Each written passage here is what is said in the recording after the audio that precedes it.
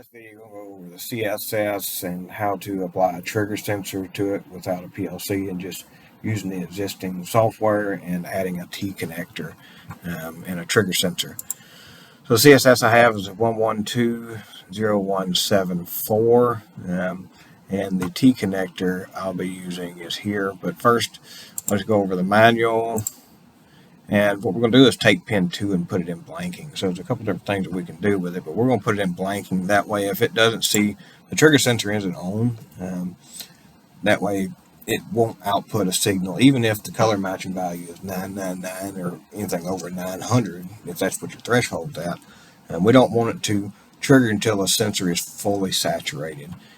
So what we're going to do is take pin 2 and put it in blanking. Put this T connector that I have, and the T connector is 6029305, and you can see internally pin 2 is connected.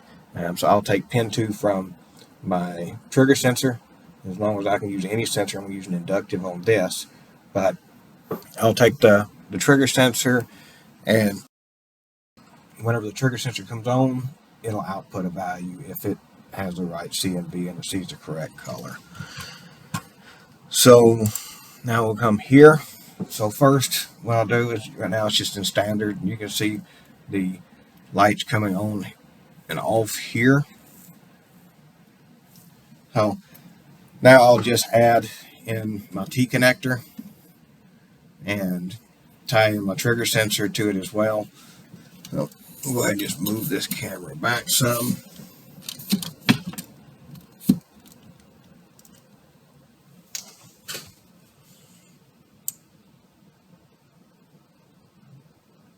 Good. Now I'll unplug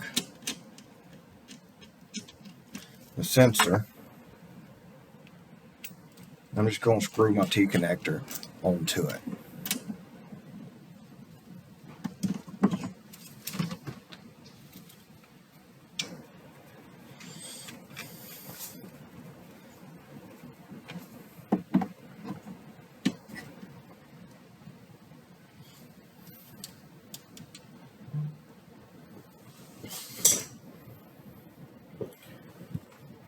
We'll go ahead and adjust that, get a little bit clearer image.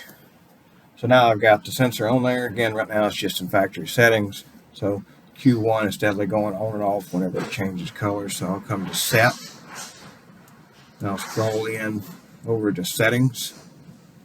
And then from settings, I'll scroll over to pin settings. Now all I'm going to do is come up pin 2 and push set again.